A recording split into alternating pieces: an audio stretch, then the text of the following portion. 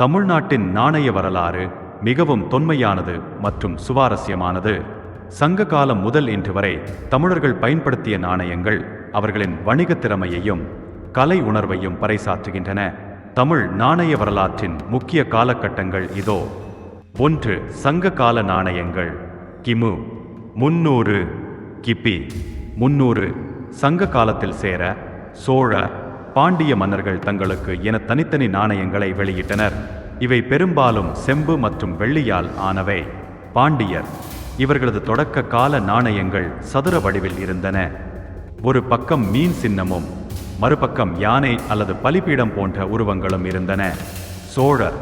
சோழர்களின் நாணயங்களில் புலி சின்னம் பொறிக்கப்பட்டிருந்தது. சேரர் இவர்களது நாணயங்களில் வில் அம்பு சின்னம் முதன்மையாக இருந்தது. ரோமானிய நாணயங்கள். அக்காலத்திலேயே தமிழர்கள் ரோமானியர்களுடன் கடல்வழி வணிகம் செய்ததால் தமிழகத்தில் அதிக அளவில் ரோமானிய தங்க நாணயங்கள் கண்டெடுக்கப்பட்டுள்ளன. 2. பல்லவர் கால நாணயங்கள். பல்லவர்கள் பெரும்பாலும் செம்பு மற்றும் வெள்ளி நாணயங்களை பயன்படுத்தினர். இவர்களது நாணயங்களில் நந்தி, காளை சின்னம் மிக முக்கியமானது. சில நாணயங்களில் இரட்டை பாய்மரக் கப்பல் உருவம் இருக்கும்.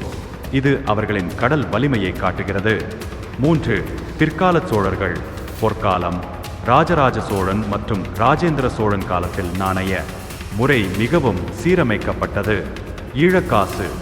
ஈழக்காசு என்று அழைக்கப்படும் நாணயங்கள் பரவலாக இருந்தன.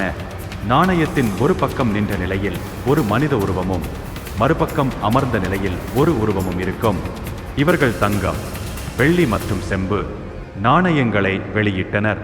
4. பாண்டியர் மற்றும் நாயக்கர் காலம். பிற்கால பாண்டியர் கோதண்டராமன், குலசேகரன் போன்ற பெயர்கள் பொறிக்கப்பட்ட நாணயங்களை வெளியிட்டனர்.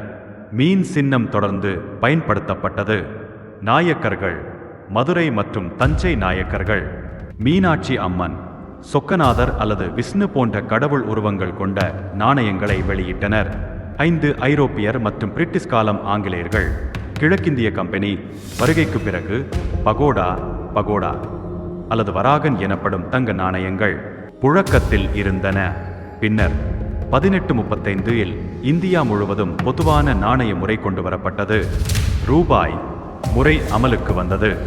இந்த வீடியோ பிடித்திருந்தால் லைக் பண்ணுங்க, சப்ஸ்கிரைப் பண்ண மறக்காதீங்க. வரலாற்றின் இன்னும் பல வீர கதைகளுடன் மீண்டும் சந்திப்போம்.